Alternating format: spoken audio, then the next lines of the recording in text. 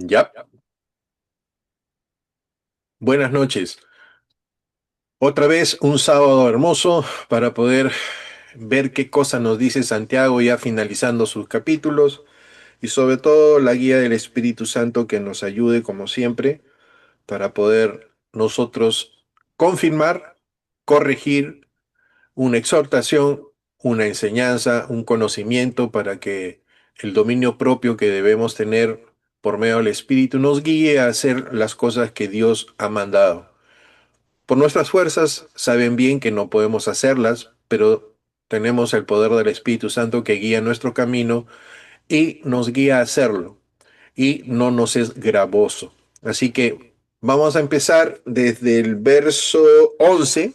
Nosotros lo dejamos en el 10 del capítulo 4 y vamos a ver qué cosa nos tiene el Señor para edificarnos en esta noche.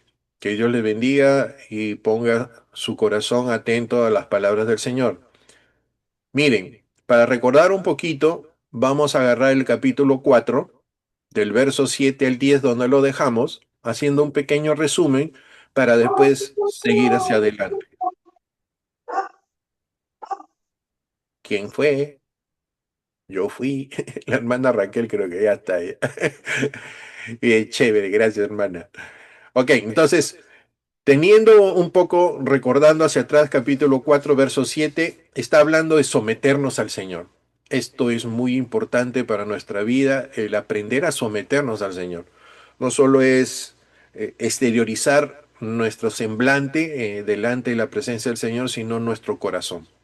Entonces veamos, verso 7 es rendirse, la acción espiritual que debemos hacer es rendirse a la autoridad de Dios por completo, por completo, tanto en los momentos difíciles como en los buenos momentos. El resultado para nosotros es que nos da la posibilidad de estar dentro del Señor y poder decir, si Dios con nosotros, ¿quién contra nosotros? Por consiguiente, el resultado prometido está en poder resistir al el enemigo. Esto nos da fortaleza. ¿Qué nos da fortaleza? El someternos al Señor. Si nos vamos solos, podemos tener dificultades. ¿Ok? En el mismo 7 dice resistid, la oposición activa al diablo, ¿ok? Al enemigo y a todas las circunstancias que éste envuelve. El resistirlo no es con nuestra fuerza, sino con el rendimiento a la voluntad del Señor. Él dice que huirá y vamos a tener nosotros victoria espiritual. El verso 8 es el tema o la palabra clave es acercándonos, buscando la intimidad con Dios. Lo que estamos haciendo ahora es orientarnos a buscar esa intimidad, a orientarnos a que cuando estemos nosotros en el momento, vamos a decir, solos, ¿no? Como dice la palabra, en lo oculto de nuestro cuarto el Señor nos va a resplandecer. Entonces, lo que tenemos que saber es buscar una intimidad con Dios que no necesariamente sea una hora o un momento del día, sino las 24 horas que nos regala Dios de vida. Entonces, eso depende de cada uno cómo vaya encontrando esta intimidad con nuestro Señor. Dios se acerca, ¿ok? ¿Para qué? Para restaurar nuestra vida. Cuando nosotros nos acercamos, Él nos va puliendo, nos va transformando. Entonces, ese acercamiento nace de un corazón sincero hacia la necesidad de tener una relación con Dios. En el mismo 8 dice limpiad. ¿Qué cosa? Purificándonos externamente en nuestras acciones, no solo con la boca, no solo con lo que se oye, no solo con lo exterior que nos comportamos, sino lo profundo es el corazón, lo que está dentro. ¿Qué cosa tenemos dentro del Señor, dentro de nuestro corazón que del Señor le pertenece? Eso, bueno, cada uno eh, tiene que ponerse delante del Señor. El resultado son manos santificadas, ¿no? Es decir, que estamos separados para la gloria del Señor. Verso 8, purificad, purificar. Dice interna, purificación interna. Quiere decir entonces, como Romanos 12:1, para ir que nosotros cambiando nuestra forma de pensar para poder encontrar cuál sea la buena, agradable voluntad del Señor, que implica eso una relación con Dios. Entonces nuestras motivaciones ya no serán de nuestro corazón, sino de lo que Dios está haciendo en nuestro corazón. Entonces, ¿qué cosa es lo que va a reflejar? Esa justificación va a ser de nosotros estos hijos justos, ¿no? Y no justos por nuestras obras, sino porque nuestro corazón está derramado delante del Señor. Nuestras obras siempre van a ser la manifestación, pero deben nacer de un corazón, o uno que es natural, que es para pavonear, como siempre he utilizado la palabra, o la otra, que es ese corazón que es el reflejo del fruto del Espíritu, que conlleva a una unidad del cuerpo, sea aquí nada más en Pachacute o sea a nivel de la Iglesia Universal como hoy nosotros sabemos. Entonces que nosotros debemos mirar con nuestros ojos siempre la fraternidad que tenemos con todos los hermanos, pero con todos los hermanos que Dios ha hecho el remanente, no de los que se dicen ser nada más hermanos, pero que con sus hechos están demostrando lo contrario. No quiere decir que seas enemigo de ellos, pero que busques la forma de que esto que tú tienes en tu corazón pueda también resplandecer en ellos, ¿no? Entonces es un trabajo de unidad. O sea, no dejarlo de lado, no ponernos al costado y así, no, como un estorbo, no. Es pedirle al Señor, porque si no podemos llegar, entonces hay que orar. Y esa oración sabemos que es poderosa. Entonces, ese es nuestro compromiso con todo el cuerpo de Cristo.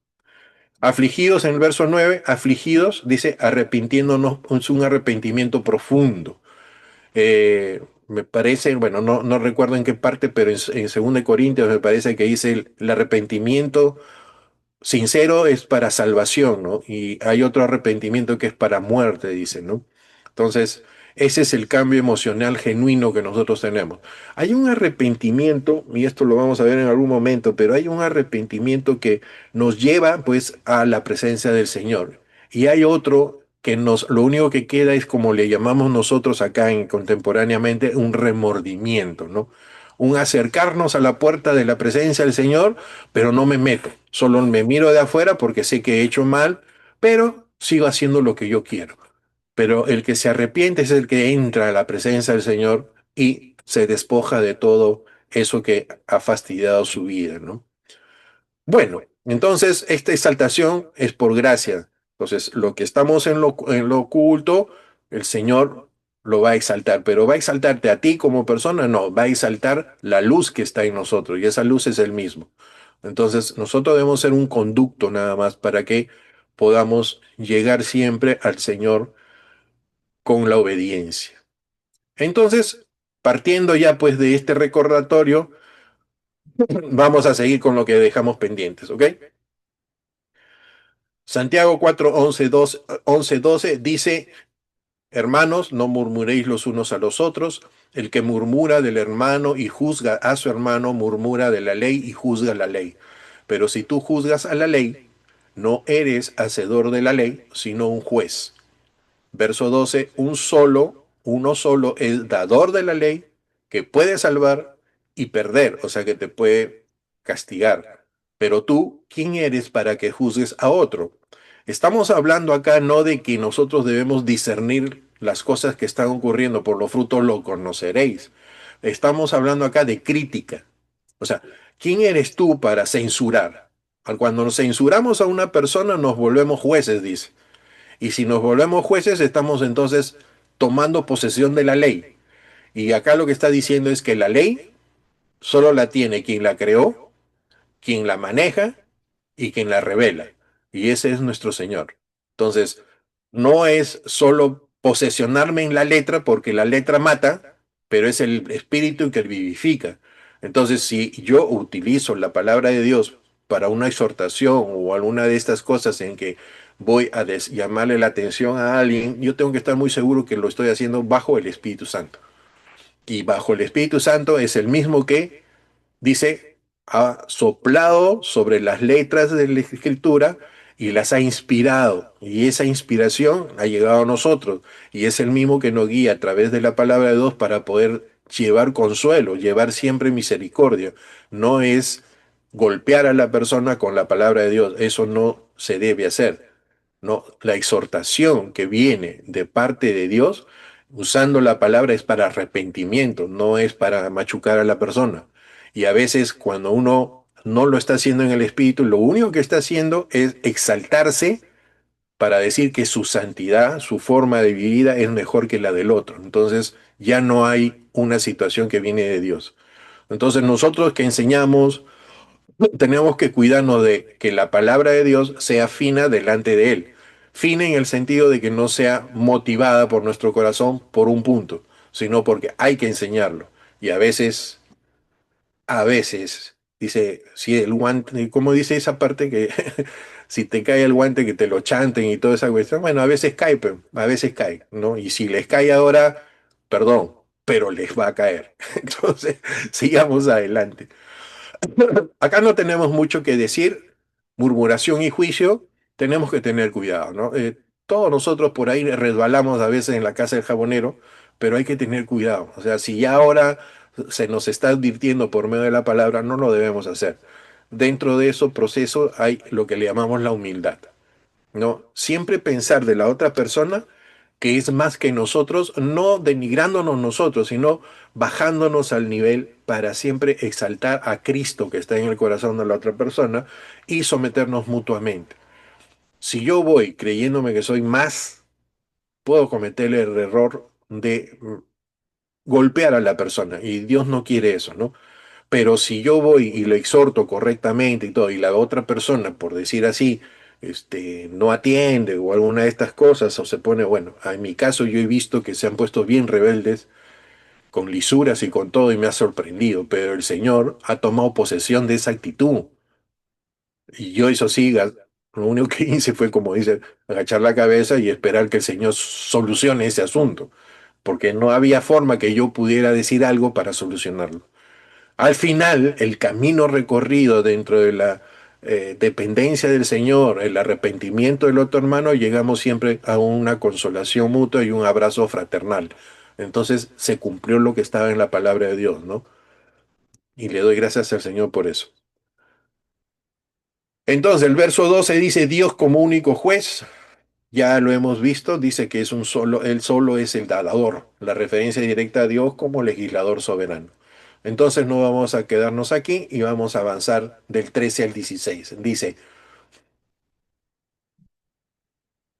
él después de terminar unas facetas de estar diciendo, dice, bueno, vamos ahora, dice, arranquemos ahora con ustedes, ¿no? Como diciendo que está arrancando con cada grupo de problemas que ha habido y ahora dice, "Ay, vamos ahora", dice, lo que decís, dice, lo que dices, hoy y mañana iremos a tal ciudad y estaremos allá un año y traficaremos y ganaremos, cuando no sabéis lo que será mañana.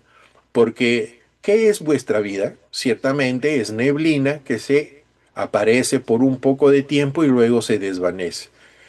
Dice, en lugar de lo cual debieras decir, si el Señor quiere, viviremos, haremos esto o aquello.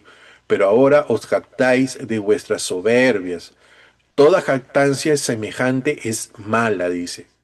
El verso 17 es la presunción. Esto también es una situación que debemos nosotros cuidarnos, como en Colosenses que dice que debemos recubrirnos de Cristo para que salgan estas cosas que hay en el corazón. Esto de aquí a veces presumimos mucho nosotros, ¿no? Entonces, estoy hablando más en un proceso natural antiguo, pero eso no nos quita que siendo cristianos también presumimos, ¿no? Yo sé más que tú, o yo tengo esto y tú no tienes, no sé, pero y de repente no lo decimos con la boca, pero sí lo pensamos, que es la misma circunstancia. Entonces, Santiago se dirige a comerciantes que hacen planes detallados sin considerar a Dios. Y esta parte que traficaremos no es de droga, por si acaso, sino que era el comercio que se hacía en esos momentos, ¿ya? Así que no nos confundamos que están vendiendo droga, el bra y toda esa cuestión. No es así, sino que estos comerciantes, bueno, van a ir a hacer el negocio a esos lugares y ganaremos, ¿no? Pero ellos están haciendo planes cristianos, planes sin la presencia de Dios. El problema no es planear, porque tú puedes hacer tus planes, sino hacerlo con autosuficiencia, como si el futuro estuviera bajo control humano, y eso no es, ¿ok? Hasta para hacer, por ejemplo, y voy a dar un ejemplo palpable. Tenemos pronto el bautizo y estamos haciendo todos los planes para que esto vaya de la mejor manera para honra del Señor. Aún así, siendo dentro de la iglesia bajo la cobertura espiritual, eso se tiene que poner delante del Señor, ¿no? Entonces, yo sé que lo hacen.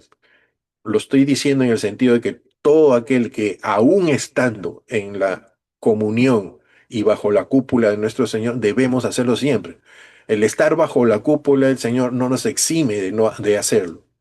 Como diciendo, ah, bueno, yo estoy acá en la iglesia y ya todo lo que hago va a ser bendecido. No es así, no es así.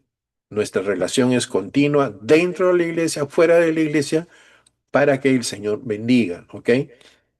Presunción implica pues entonces la autosuficiencia, es el yo y sacamos a Dios de nuestra vida y no podemos hacer eso. Verso 14, la fragilidad de la vida, o sea, nadie la tiene comprada, ¿han escuchado eso? Mañana me voy a Huaraz, y en la noche el Señor te lleva. Entonces se acabaron los planes, ¿ok? En ese sentido más directo. La vida es comparada a una neblina. Bueno, ustedes han visto la neblina y la conocen bien en Pachacútec, ¿no? Ok, hay momentos en que pasa y por el viento después se disipa. Bueno, igual es la vida para nosotros, ¿no? Nosotros creemos en algún momento tener una vida muy larga, ¿no? Pero no sabemos realmente lo que el Señor tiene dispuesto. Más aún aquellos que ya hemos pasado los 30 años, ¿no? Entonces, pasados los 30 años ya, entonces hay que estar más pegado a la voluntad del Señor, ¿ok? Entonces, Santiago recuerda que el futuro es incierto. No sabemos qué hay mañana. No, realmente no sabemos qué hay mañana. Podemos pensar, mañana voy a hacer esto, voy a cocinar una cazuela, voy a arreglar esto, voy a arreglar lo otro. Llegas mañana y todos los planes que habías tenido en la cabeza cambian porque el Señor te lleva a hacer lo que Él quiere, ¿no? Entonces, y a veces porque cambias tú mismo de voluntad, ¿no? Entonces, bueno, espero que esa fragilidad de la vida te haga realmente a todos nosotros pensar que no dependemos de nosotros, sino de Dios en todo. Y los que más están enfermos o están más delicados de salud, más deben pensarlo en acercarse en las cosas del Señor. ¿Ok? Entonces orar por aquellos que están enfermos es muy bueno para que ellos encuentren esa visión de las cosas del Señor. El verso 15 dice actitud correcta. ¿Cuál es la actitud correcta? Este versículo propone una dependencia activa de Dios. ¿Qué dice? En lugar de lo cual debieras decir, si el Señor quiere, viviremos y haremos esto o aquello. ¿Por qué? Porque ya no nos pertenecemos a nosotros. Hemos estado escuchando ahí una alabanza, ¿no? Que nos libró de ser esclavos, pero nos pone como siervos del Señor, que es lo mismo, pero de Dios. Entonces no nos pertenecemos. Una persona a servicio de un amo tiene que pedirle permiso siempre al amo. Y nosotros estamos en esa situación, por voluntad, por gracia, por amor, pero estamos en esa actitud de sometimiento al Señor. Por consiguiente, Él es el primero que debe saber, después de que aparece en nuestro pensamiento, lo que deseamos hacer, para que Él nos guíe. Para eso está el Espíritu Santo. Y tú puedas de ahí entrar en una conversación con el Señor si conviene o no conviene. ¿Ok? Verso 16, la jactancia, pero ahora jactáis, dice, de vuestras soberbias, o sea, como que si tuvieras el poder, dice, ¿no? Pero toda jactancia semejante es mala. O sea, en las cosas sencillas de la vida delante del Señor, pongámoslo al Señor siempre presente, ¿ok? Porque a veces nuestras actitudes, no por conciencia verdadera, o sea, no por hacerlo adrede, pero por no saber bien la palabra de Dios, cometemos esos problemas, cometemos esa situación. No caigamos en eso. Esto también jala cuando nos independizamos en querer hacer algo y no estamos a la voluntad de Dios. Uno de los ejemplos es cuando se te ocurre comprarte algo que te agrada, un reloj, una, qué sé yo, un radio, un televisor o algo. Inmediatamente en nuestro corazón entra un gozo de la adquisición que queremos, ¿no? De esa codicia que queremos comprar, ¿no? Ese deseo de tener eso que queremos ahí. Y a veces tienes la plata, pero no te percatas que te puede servir para otra cosa. Y cuando dices, sí, voy, badabum, toda esa sensación, esa adrenalina de querer comprar, compras y a los décimas de segundo se te acabó la adrenalina. y al minuto te está ocurriendo algo que ya no tienes el dinero porque has comprado algo que pudiste abstenerte, ¿no? Que no era necesario, que no estaba previsto por parte de la voluntad del Señor hacerlo, y ya te encajaste con un problema y vienen más problemas. Y los problemas vienen para que te des cuenta que nos hemos alejado de la voluntad del Señor en ese momento. Entonces, nos ha ocurrido, me ha ocurrido, ¿no? Y espero no volver a caer en esas cosas. Entonces hay que estar alertas de uno mismo, ¿ok? La enseñanza bíblica. La vida cristiana no es autónoma, sino dependiente de Dios, ¿ok? No es que tú, así como tienes tu trabajo y eres autónomo en hacer las cosas, yo sé qué cosa es ser dependiente de un trabajo. Entonces esto me ha ayudado a entender más este asunto de la dependencia con Dios. Yo dependo del trabajo, sé cuándo salgo de vacaciones, sé cuándo entro de vacaciones, sé cuándo tengo que hacer mis obligaciones, todo porque tengo una norma que me han dispuesto y esto es lo que tengo que hacer para que todo vaya bien en el trabajo. Lo mismo tenemos que hacer con Dios. Para eso está la palabra de Dios, es la única que nos va a guiar, pero quien te va a dar la fuerza para hacerlo es el Espíritu Santo. Y en los escollos y en los problemas debemos recordar siempre que la obra de Jesucristo nos ha barrido de todos esos problemas y no tenemos excusa para seguir adelante caminando en este camino del Señor. La soberbia en la planificación revela una idolatría del yo. La humildad ante el futuro es una marca de madurez espiritual. No hablamos de humildad nada más por así, qué bonito suena humildad. No, es una marca que debemos tener dentro del tallado de lo que está haciendo el Señor en nuestra vida, porque eso nos está llevando a esa madurez espiritual. ¿Y qué es la madurez espiritual? Es el acercamiento a la persona de Jesucristo, como dice Efesios, a la una medida y estatura de nuestro Señor Jesucristo, asemejarnos a Cristo. No es que sepas más, no es que sea más vivo, más mosca, más inteligente, no es eso. Es la humildad que te lleva a seguir los pasos que el Señor. ¿Y cuáles son los pasos del Señor? Que te adoren, que te veneren, que eso no. El sufrimiento que siguió el Señor. Y ese sufrimiento, ¿por qué? Porque la fe está siendo probada, es el momento de eso. Entonces tenemos más circunstancias negativas, entre comillas, según nuestro cerebro, cómo funciona, pero no nos damos cuenta que el Señor lo está permitiendo y lo está mandando esas pruebas para fortalecer esa fe, que es el medio por el cual vamos a alcanzar la promesa de la vida eterna. Entonces pensamos a veces en nuestra carne, pero no pensamos en la voluntad de Dios.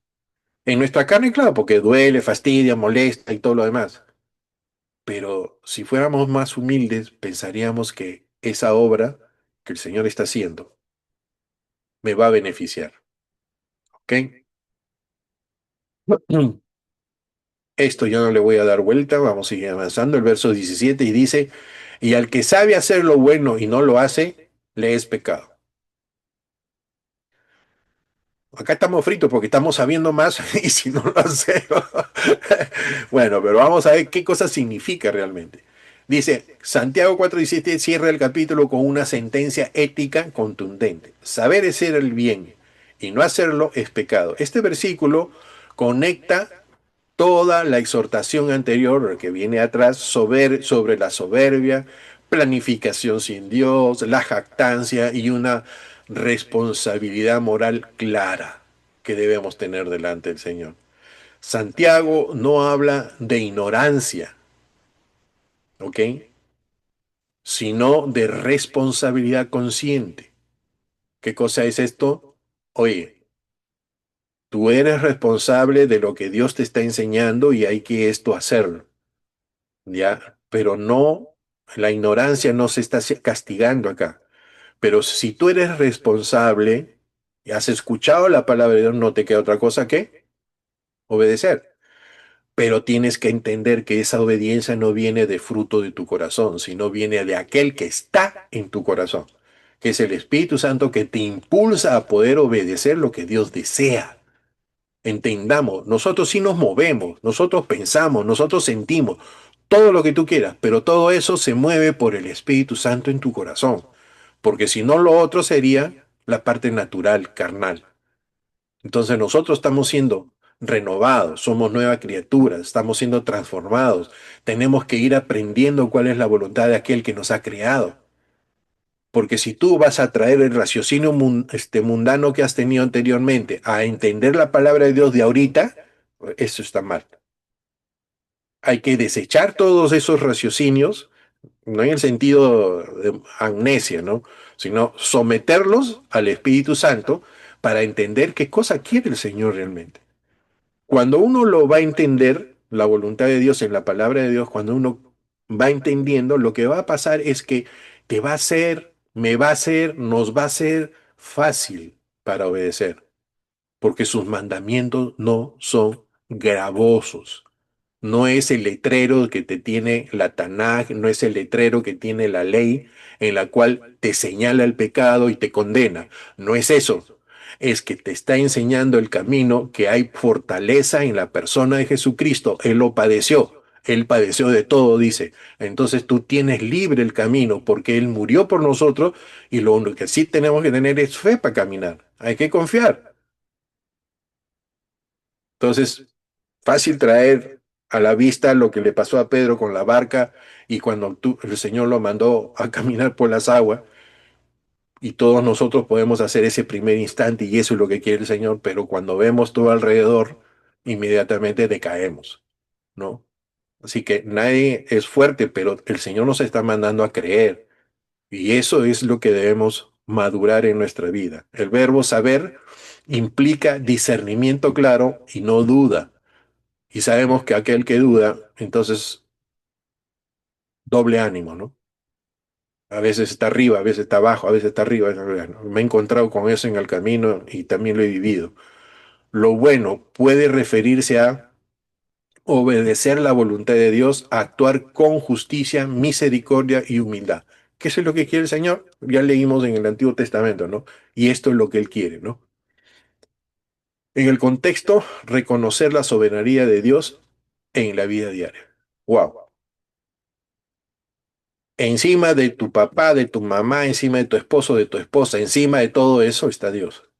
De tu hijo, de cómo sientes por el amor por tu hijo. Encima de todo eso está Dios. Y tienes que percatarte, ¿no? De que realmente está Dios encima de todo eso. Y a ese es un examen que cada uno de nosotros tenemos que hacernos, ¿no? Suena que seas un poco fuerte, pero es así.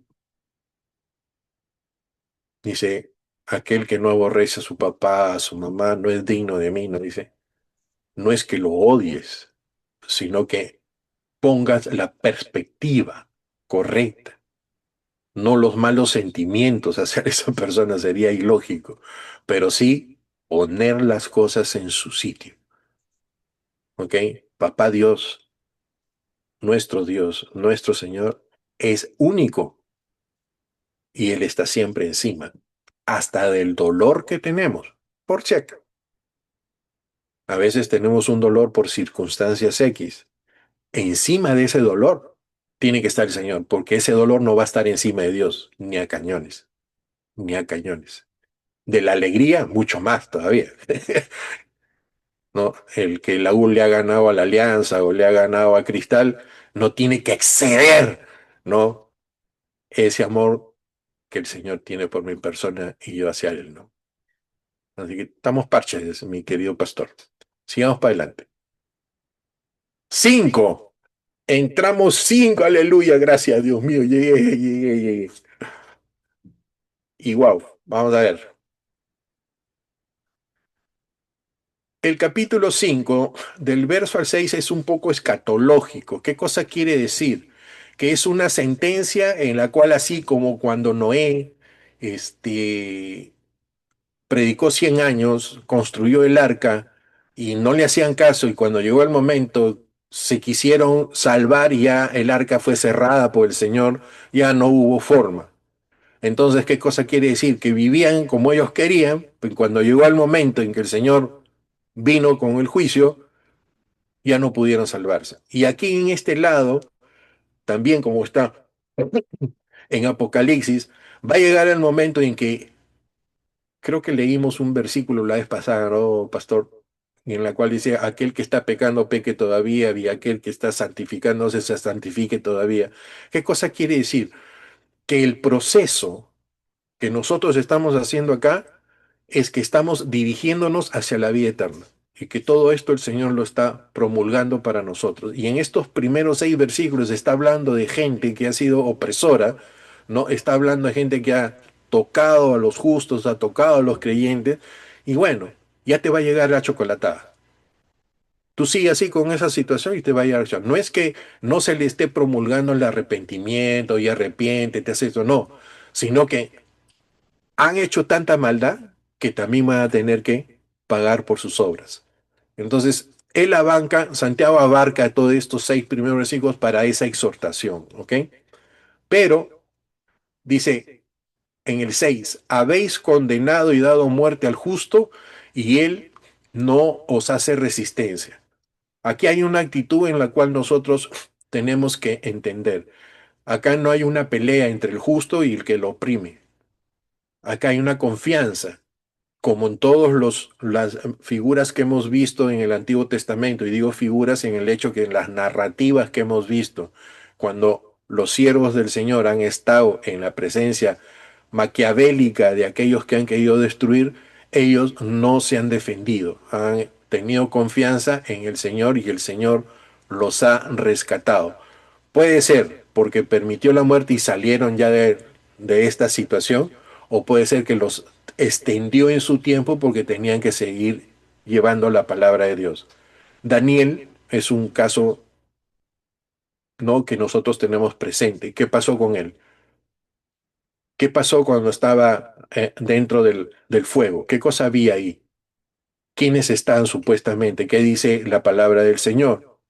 Entonces, todo eso es un reflejo de quién está en este momento dentro o fuera o acompañándome cuando yo estoy en ese fuego de dificultad. No solo es una situación que podemos leer como una historia, sino que es un reflejo. Dice que toda la escritura está dada para nosotros para aprender de ello. Y en ese aprender de ello, Dios no va a ser solo una cosa para ese momento. El Señor siempre se proyecta para toda su generación que va a ser rescatada en el momento del arrebatamiento. Esa iglesia que va a ser llevada a su presencia. Antes, en medio, después, eso no lo sé, ni me voy a meter en ese problema. Pero sí sé que vamos a ser llevados eximidos de la ira del Señor porque Él lo ha prometido.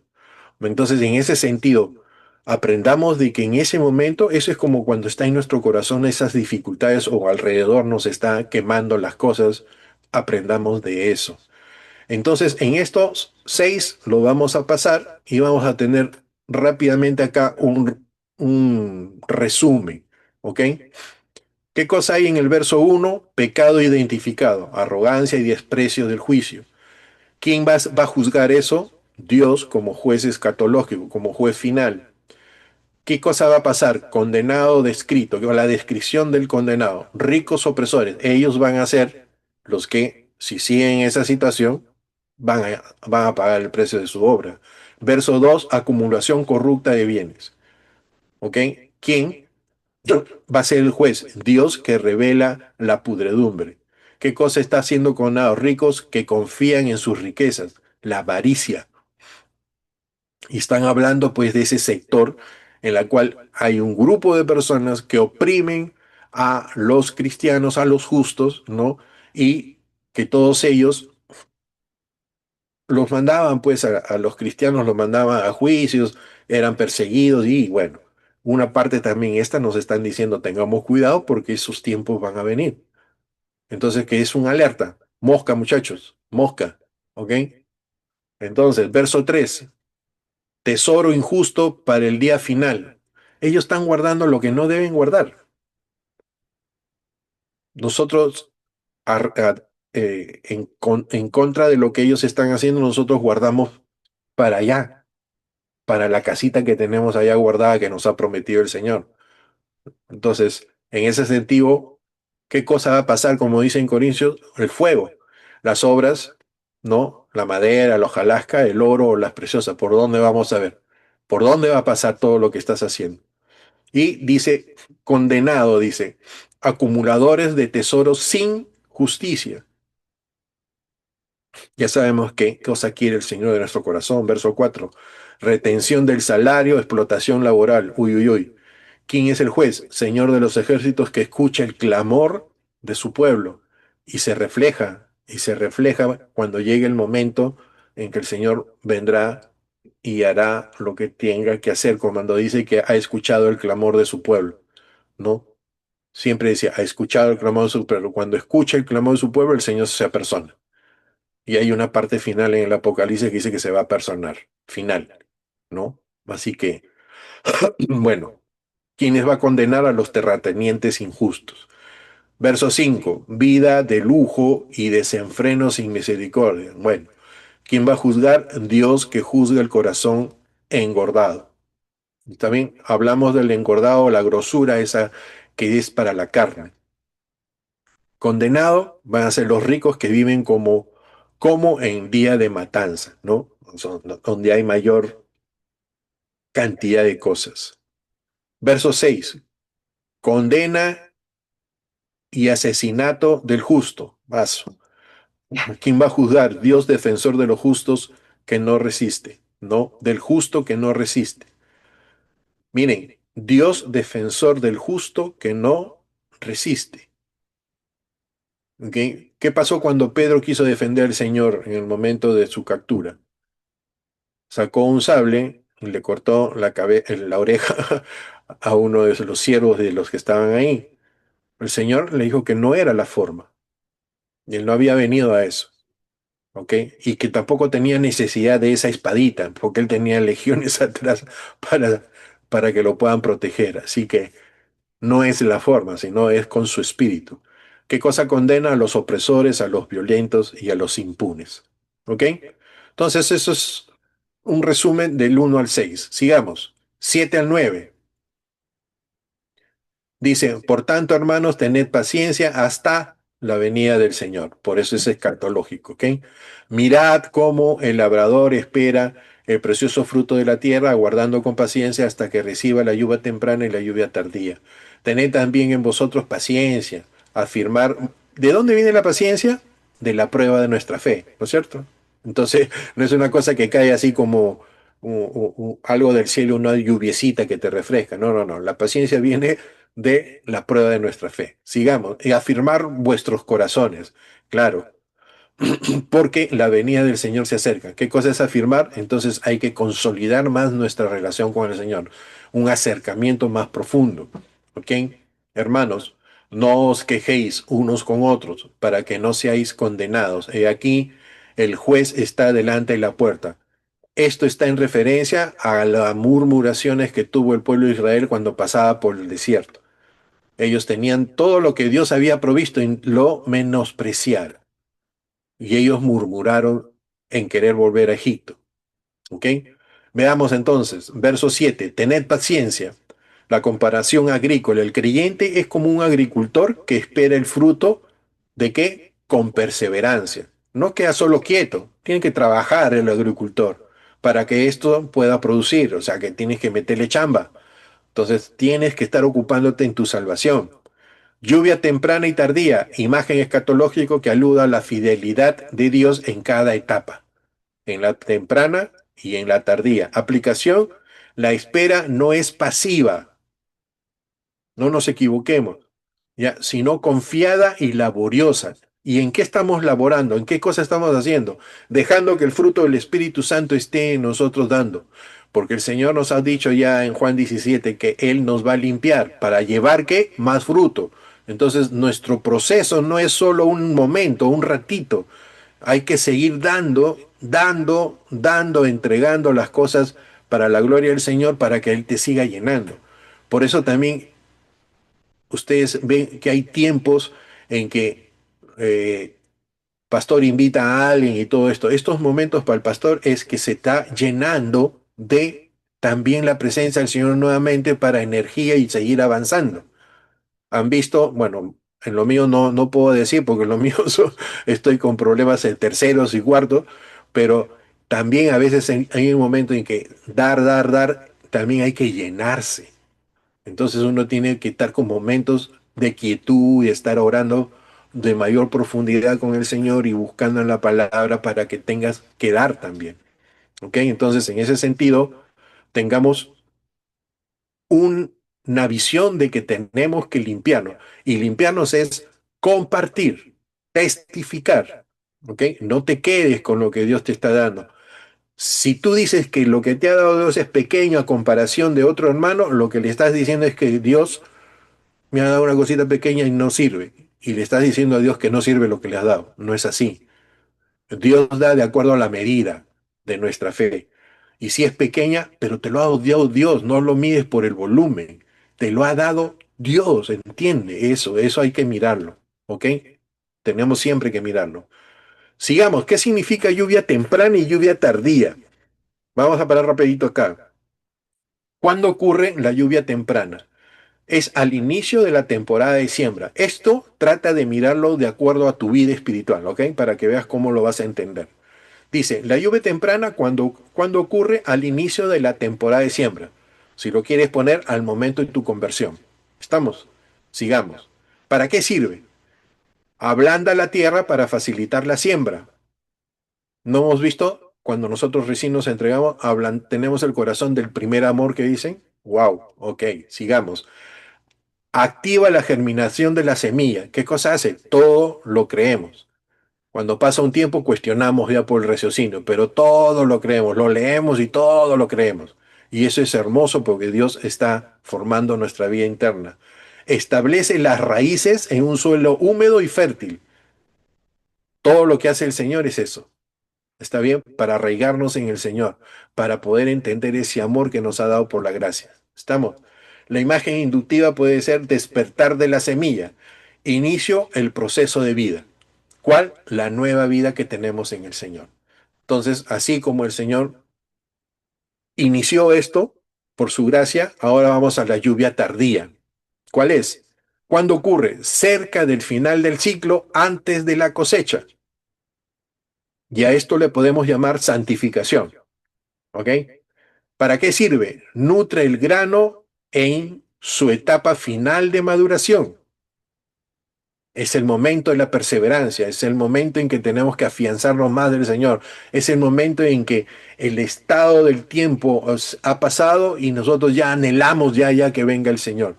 Bueno, miremos nuestra vida cómo está. Aumento o aumenta el rendimiento y la calidad de cosecha. ¿Qué cosa quiere decir? Caminando por la guía del Espíritu Santo y dando el fruto del Espíritu Santo, vamos a dar ese fruto que el Señor quiere. ¿Ok? Evita que el fruto se seque, ¿ok? Y se forme incompleto.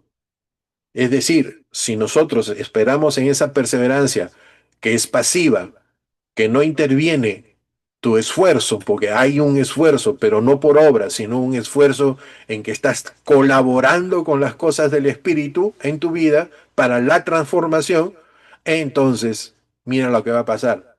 No vamos a estar completos. Que Dios tiene un propósito, y más si no sabes la palabra de Dios, peor todavía. Entonces, ahí en eso tenemos que luchar todos para poder escudriñar la palabra. Imagen inductiva, último impulso, muchachos, ya, dale, ya llegas a la meta, apúrate, toma tu agüita, avanza, avanza. Ok, igual.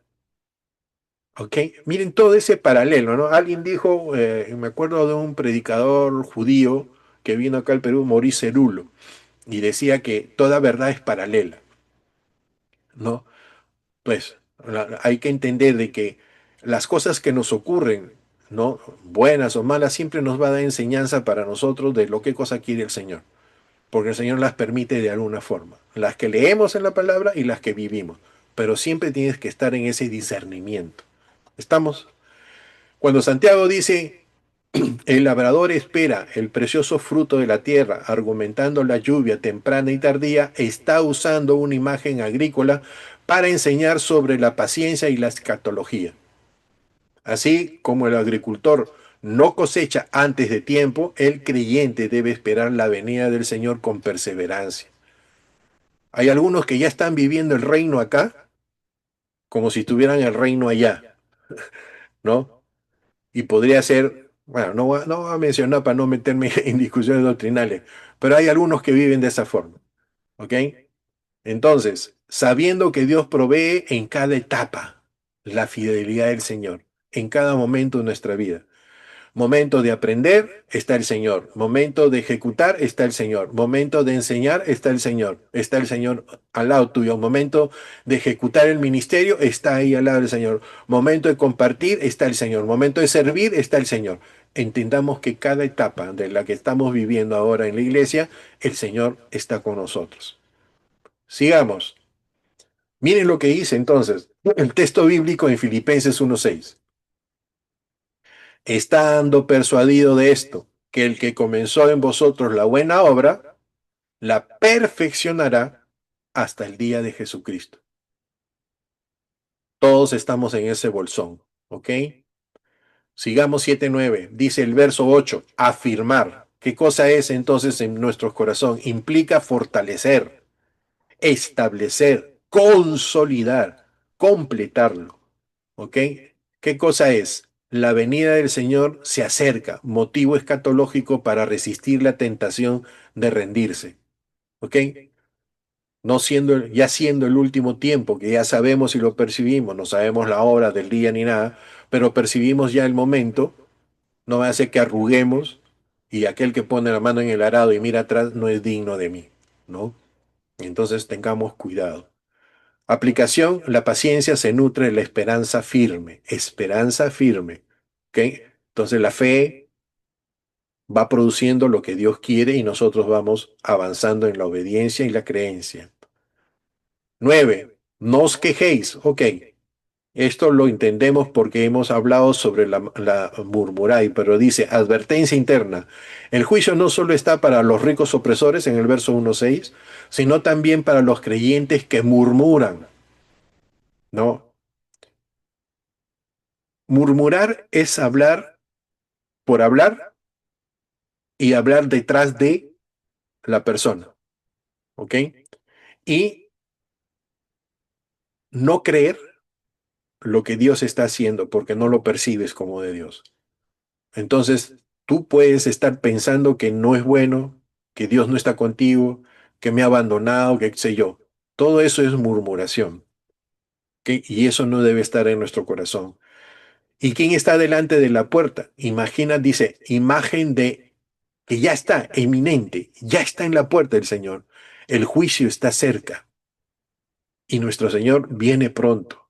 Entonces, ¿por qué todas estas enseñanzas que hacemos a todo nivel en la iglesia? Es porque el Señor está permitiendo que nos preparemos para la acechanza del enemigo, para la persecución, para lo que tenga que venir, pero nos estamos preparando porque el Señor viene pronto. ¿Ok? Y tengamos solidez de fe. Si vienen las cosas, bueno, vamos a pararnos firmes en el Señor y esperemos su voluntad. Aplicación. La comunidad debe cuidarse de la división. Van a entrar muchos, van a querer por A o B motivo, apreciaciones, criterios, doctrina, falsa doctrina, un nuevo evangelismo o lo que sea, pero el asunto es dividir, ¿no? ¿Ya? Y el juicio mutuo, o sea, cuando tú tienes un juicio mutuo y no tienes el de Dios, entonces, bueno, tú mismo eres, como dicen, ¿no? Y pasas por encima de todo lo que Dios ha establecido. Recordemos pues que el Señor tiene establecido todas las cosas, no somos creadores de nada. 10:11.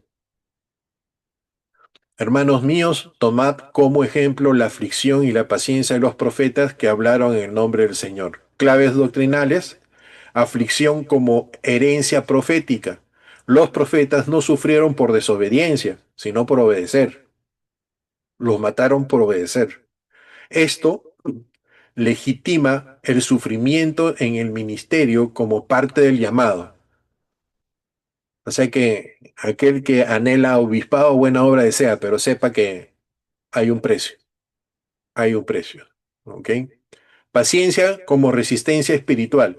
No es pasividad, volvemos a insistir, sino firmeza activa en medio del dolor, ideal para tu formación emocional y la brújula de decisiones. Madurez, en cierto. Hablar en el nombre del Señor implica autoridad, pero también oposición. La que te están escuchando. El rechazo al profeta es rechazo a Dios mismo. Bueno, lo dice en la palabra. Ejemplo colectivo. No se menciona un profeta específico, sino a todos. O sea que todos los que son siervos del Señor saben que tienen que pagar un precio, de una u otra forma. Alrededor, con su familia, con su persona, y ahora vamos a ver qué cosa es con su persona. Dice en el verso 5:11, he aquí tenemos por bienaventurados a los que sufren. Habéis oído de la paciencia de Job y habéis visto el fin, o sea, el propósito del Señor, que el Señor es muy misericordioso y piadoso. Veamos rápidamente acá una estructura del versículo. Bienaventuranza, el contenido, tenemos por bienaventurados a los que sufren. ¿Pero por qué? Dice, función formadora, redefine el sufrimiento como camino hacia la bendición, no por sufrir por nuestros pecados, sino por las cosas que el Señor ha enviado. ¿Ok? Ejemplo bíblico, habéis oído de la paciencia de Job. Job como modelo de perseverancia en medio del dolor. Espero que ustedes ya hayan pasado este libro, lo hayan leído y sepan qué cosas se está hablando. Job tenía todo, Satanás le dijo a Dios, bueno, lo tiene todo chévere porque lo estás protegiendo, entonces el Señor permitió de que sea probado, se le quitó todo, en su carne también vino toda la desgracia, vinieron unos amigos patas así como los que vienen a censurarte porque estás sufriendo, porque dicen que estás pecando, y todo esto pasó y al final el Señor, por la perseverancia que tuvo Job, por la confianza que tuvo el Señor, hay dos cosas en Job, ¿no? Vine desnudo y se va desnudo. Y la otra grande en el cuarenta y tantos, cuando le dice, de oídas te había conocido, ahora mis ojos te ven. Todos tenemos que pasar por ese proceso. De oídas le conocemos al Señor en algún tiempo. Y yo puedo entenderlo porque por ahí hemos pasado todos. Pero debemos llegar el momento en que nuestros ojos, y estamos hablando literal, nuestros ojos lo ven. ¿Por qué nuestros ojos lo ven? Porque nuestros ojos van relacionados al corazón. Y mi corazón es el que a mí me dice, ¿qué cosa dice Romanos 19? Que si confesares con tu boca que Jesús es el Señor, creyeres en tu corazón que Dios le levantó de los muertos, quiere decir que confías en lo que Dios ha hecho, entonces eres salvo, somos salvos. Por consiguiente, nosotros tenemos que tener, no como un ejemplo, pero podemos movernos por el lado de Job como él padeció. No vamos a padecer igual, pero tengamos cuidado de que cuando estamos en pruebas, nosotros reneguemos de las cosas del Señor. ¿Ok? Resultado divino. Habéis visto el fin del Señor. El desenlace revela el propósito y fidelidad de Dios. ¿Ok?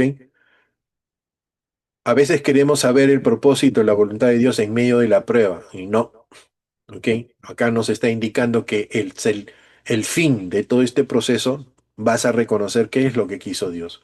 Carácter divino, el Señor es muy misericordioso y compasivo. Revela la ternura de Dios en medio del juicio. Aleluya. Eso es lo que queremos muchos papás hacer o mamás hacer, pero a veces no lo logramos hacer y solo Dios lo puede hacer. O sea, darte tu tate quieto, pero que la persona sienta su amor, ¿no? Es difícil para nosotros los humanos, pero papá Dios sabe cómo hacerlo, porque nosotros, cada vez que nos corrige, es que nosotros tenemos que arrepentirnos de algo malo que hemos hecho, ¿no? Entonces nos da paz y tenemos paz para con Dios. Sigamos 12. Dice, mas sobre todo, hermanos míos, no juréis ni por el cielo, ni por la tierra, ni por otro cualquier juramento, sino vuestro sí sea sí, vuestro no sea no, porque, porque no caigáis en condenación, o para no caer en condenación. Claves doctrinales, Jesús enseñó lo mismo en Mateo 5, 33, 37, condenando los juramentos como evasión de la verdad. Ok, ¿entendemos eso? A veces, muchas veces antes de ser cristiano hemos jurado para tapar, ¿no? La mentira que queremos cubrir para que con el juramento nos crean, ¿ok? El problema no es el juramento legal como lo que hacen para presidente, para ministro, no ese es el problema, y que sacan el crucifijo y todo eso, eso no es el problema. Dice, el problema, sino el uso cotidiano para impresionar o encubrir la falsedad, ¿ok? Entonces, la condenación aquí no es solo lo judicial, sino espiritual. El mal uso del lenguaje revela el corazón. Vuelta de la llenura de tu corazón, habla tu boca. Si le estás dando continuamente a eso o le diste continuamente es porque no tenías al Señor. Ahora que lo tienes, ya que tu palabra sea la que vale. Para líderes y formadores, este versículo es clave. La autoridad espiritual se sostiene en la coherencia entre la palabra y la vida. No solo esto es para líderes, es para todos nosotros los cristianos. Tu palabra con tus hechos. Es lo que sostiene la autoridad que Dios da. ¿Ok? 13 al 16 dice, en el verso 13, oración en toda circunstancia.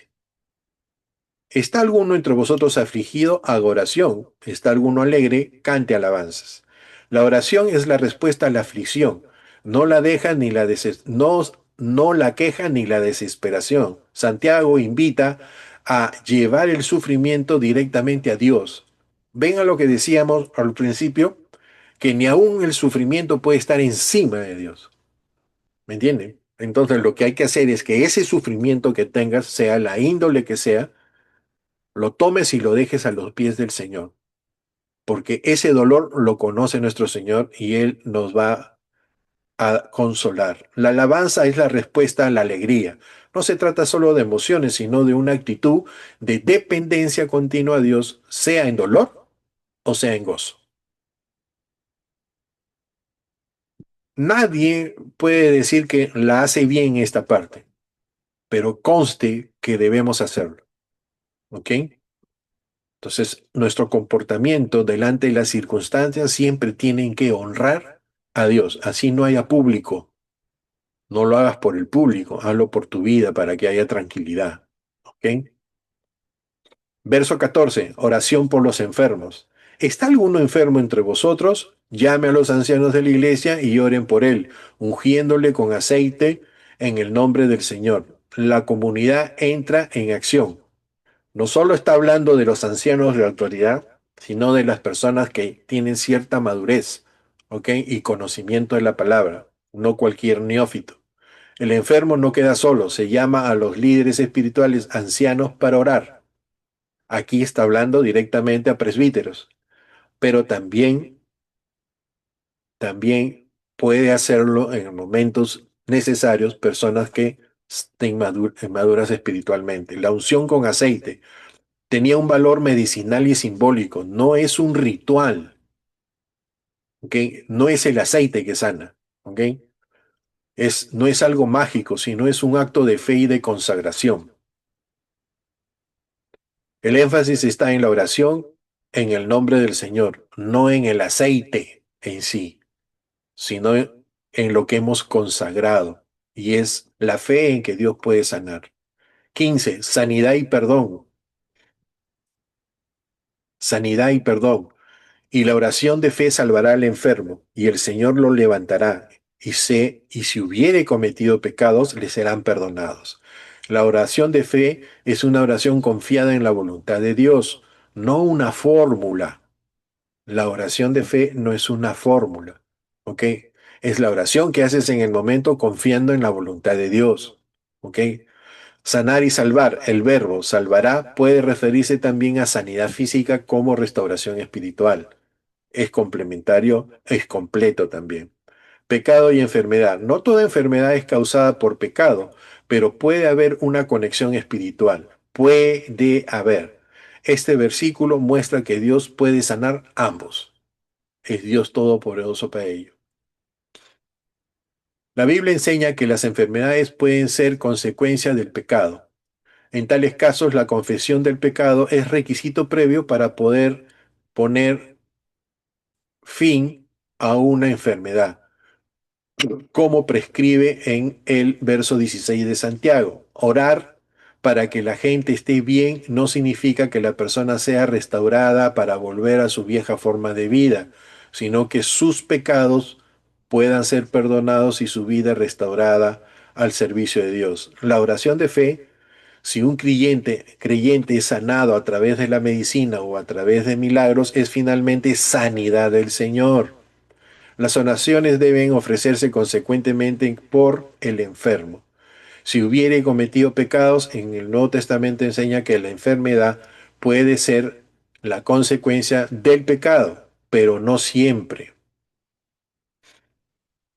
¿Qué dice Santiago 4:3? Y cuando piden, no reciben, porque piden con malas intenciones, para satisfacer sus propias pasiones. Este es el fundamento de que algo está mal, ¿ok? Como dice acá, en el Nuevo Testamento enseña la enfermedad puede ser consecuencia del pecado, Mateo 9:2. Unos hombres le llevaron un paralítico acostado en una camilla. Al ver Jesús, la fe de ellos le dijo al paralítico, ánimo hijo, tus pecados sean perdonados. Solo el Señor sabe qué decir en el momento. Párate y anda, o tus pecados son perdonados. Pero no siempre. Juan 9:1-3. Juan 9:1. Jesús sana a un ciego de nacimiento. A su paso Jesús vio a un hombre que era ciego de nacimiento y sus discípulos le preguntaron, Rabí, ¿para qué este hombre haya nacido ciego? ¿Quién pecó, él o sus padres? Jesús responde, ni él pecó ni sus padres, respondió Jesús, sino que esto sucedió para que la obra de Dios se hiciera evidente en su vida.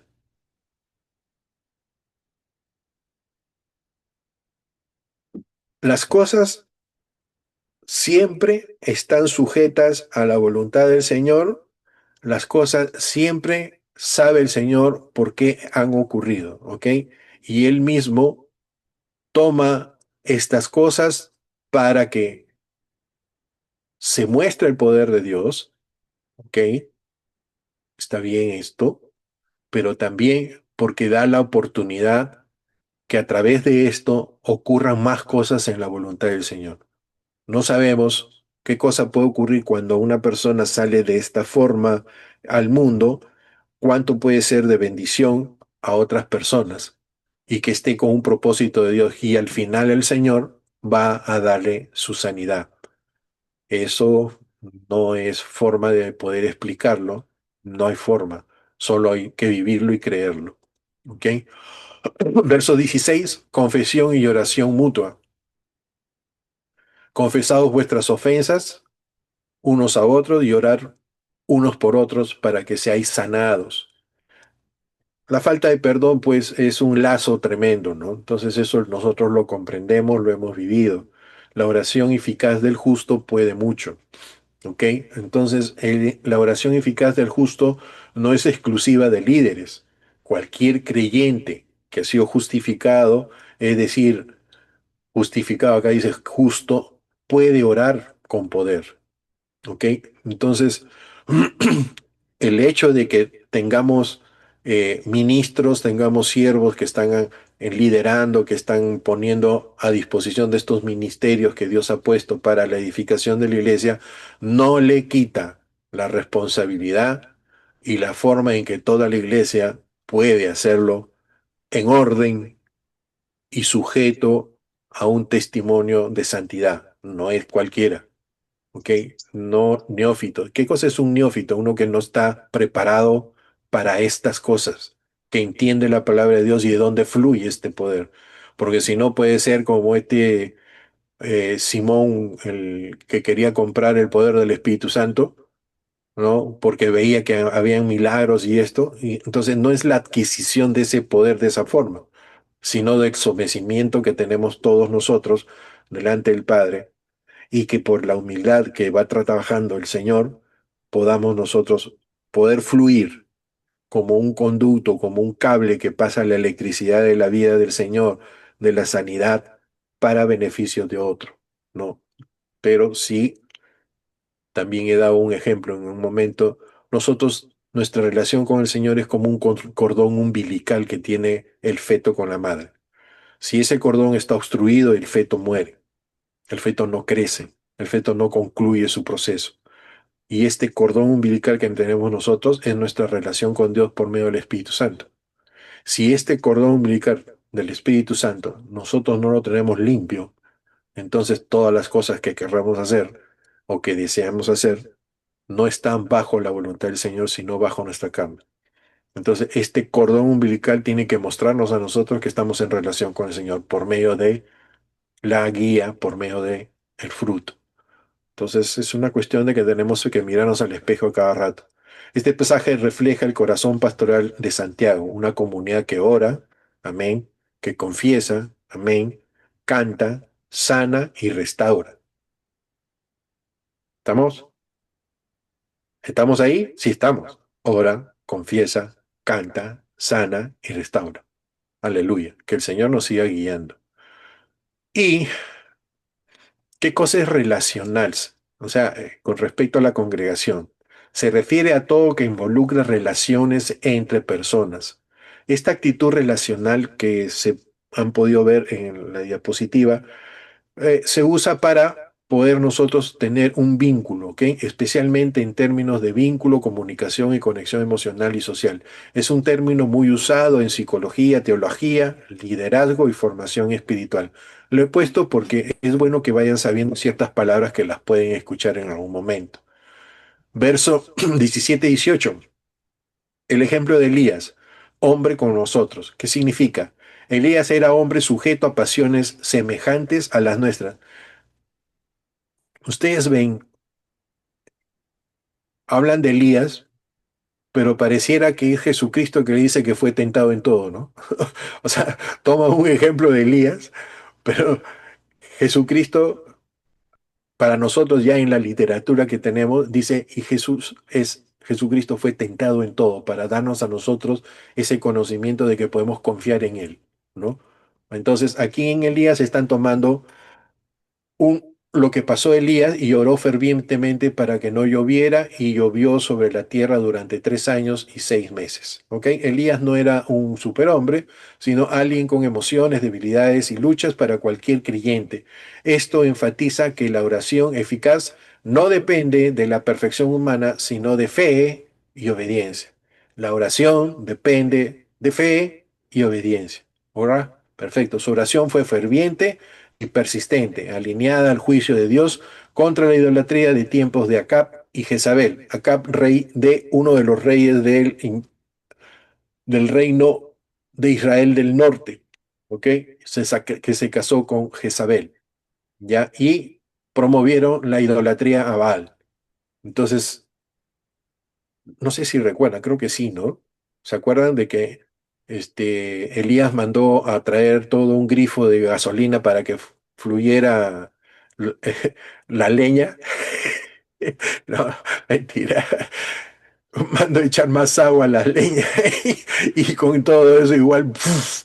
El Señor quemó todo esas leñas acumuladas para el sacrificio, ¿no? Y todos los sacerdotes de Baal se fueron para el otro lado. Caramba, sentí un zumbido. El resultado fue sobrenatural. La lluvia se detuvo por 3 años y medio. ¿Se acuerdan de eso? Y mostrando la oración, que la oración puede ser un instrumento de juicio y corrección divina, porque después de 3 años y medio, Elías oró de nuevo y vino la lluvia, ¿no? Como diciendo, ya saqué todo este pecado, ahora viene la gracia, ¿no? Ok, acá tienen para leer con calma, ¿no? Está la explicación de quién era Acab, quién era Jezabel, qué es lo que pasó con Elías, ¿ya? Entonces, se los dejo ahí. Y entramos al 19 y 20. Dice, el versículo 19, restaurar al que se extravía. Wow, es un trabajo. Yo entiendo de que la misión, como habla acá, es traer nuevamente a los pies del Señor, no, este, a la persona que se está o se ha descarriado. Pero es competencia de que tiene que haber dos partes: tu trabajo de hacer la voluntad de Dios y de aquel que quiere ser atraído, ¿no? Porque el que quiere pecar seguirá pecando, ¿no? Pero tu trabajo es que tenemos que tener la perspectiva de que siempre nuestro proceso va a ser de restauración, ¿ok? No vayamos a pensar que tienes que ir como Salvador, Superman, a la casa de la persona que se está extraviando, que tienes que tocar la puerta, jalarle los pelos y traerlo a la iglesia. No es esa la forma, ¿ok? Por favor, aquí el Señor tiene sus formas, sus normas, y es para nuestro corazón que tengamos constantemente misericordia por el proceso. Pero la forma total es el que da cómo reacciona la otra persona. Si tú estás llevando la palabra y reacciona mal a la palabra, aquí, ¿qué te queda? Así que no te condenes en eso, ¿no? Pero ten tu corazón de no desechar al hermano, de no separarlo de la gracia que Dios tiene para todos, ¿no? Que el Señor se encargará de esa restauración. Puede ser que se vaya un tiempo y regrese, puede ser que no quiera ya regresar y sí, tú tienes que seguir orando por él. Por eso es el ministerio, ¿no? No sabes, de repente no será contigo, puede ser con otra persona o a 10.000 kilómetros de distancia y sí se convierta, ¿no? Y eso es lo que quiere el Señor. Salvación y cobertura. Sepa que el que haga volver al pecador del error de su camino salvará de muerte su alma y cubrirá multitud de pecados. ¿Ok? ¿Ves lo importante que es? Ahora, sepa que el que trae...